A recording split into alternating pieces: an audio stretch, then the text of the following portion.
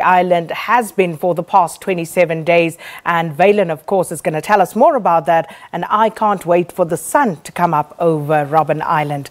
Valen, good morning once again. SK, you asked for it, the sun rising from Robben Island, and this is our view. I mean, it's absolutely magnificent. And when you actually, as a tourist, come to visit Robben Island, once they've taken you around the precinct, once they've taken you past Robertson Bookwear House, as well as the churches, you end up at this point. There's a little coffee shop in this lookout area, so you get this perfect picture, and what a sight to actually be waking up to. And it's a sight that Mteteleli Mnyaka, as well as Grant Jansen, have been actually enjoying and seeing for the last 27 days as they've been embarking on this 27-day Mandela charity challenge. But they haven't been alone. Jo Sainsbury has been the medic. She's been watching them, making sure that they're okay. But she'll tell us a little bit more because, I mean, it's quite something to keep athletes and cyclists ongoing for 27 consecutive days. Good morning and welcome to Morning Live. Thank you very much, Valen. Good morning.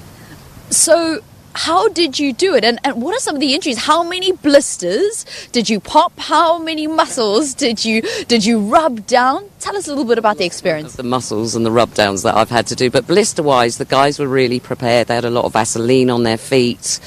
They basically looked after themselves. They're not macho guys. If they had a problem, they'd come and say, you know, I'm sore, this hurts.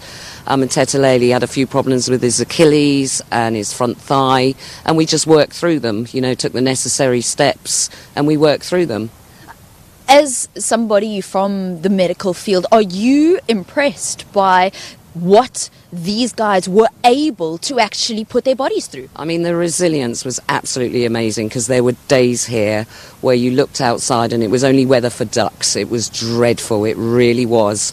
And they got up and they ran and they cycled. I was incredibly impressed.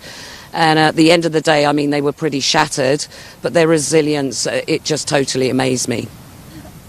I understand that over the last 7 weeks, there's actually been 20 no-boat days here on Robben Island, meaning that the weather's been so bad that you can't have ferries coming to or from the island. And these guys, even on those days, they were out on their bikes, they were out on the road? Absolutely. I mean, it was quite tough. There was one weekend, dreadful storms.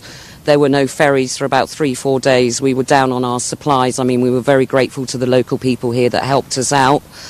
But yeah, the weather conditions were very, very up and down. Yesterday was a very hot day, and that also, you know, going from the extremes of the extreme cold and then they've got the extreme heat, it takes a toll on them.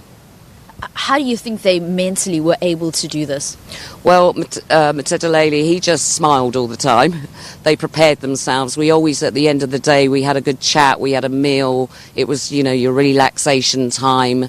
And, I mean, they just talked about their problems or what they were thinking, and we worked all through it as a team. Jo, thank you very much. We're actually going to be getting underway on our 67-minute ceremonial run around the island. So we're leaving here from the lookout point, and then we're going to go and do 18 laps around the prison precinct.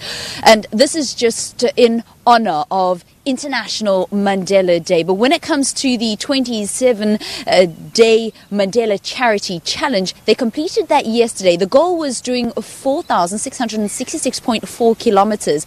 They ended up doing 4,713.4 kilometers just between two gentlemen, Mteteleli and Grant. We'll chat to Mteteleli when we see you next, and that's also going to be during the middle of our run, so I look forward to that. But for now, it's time to go back to the studio for your headline news.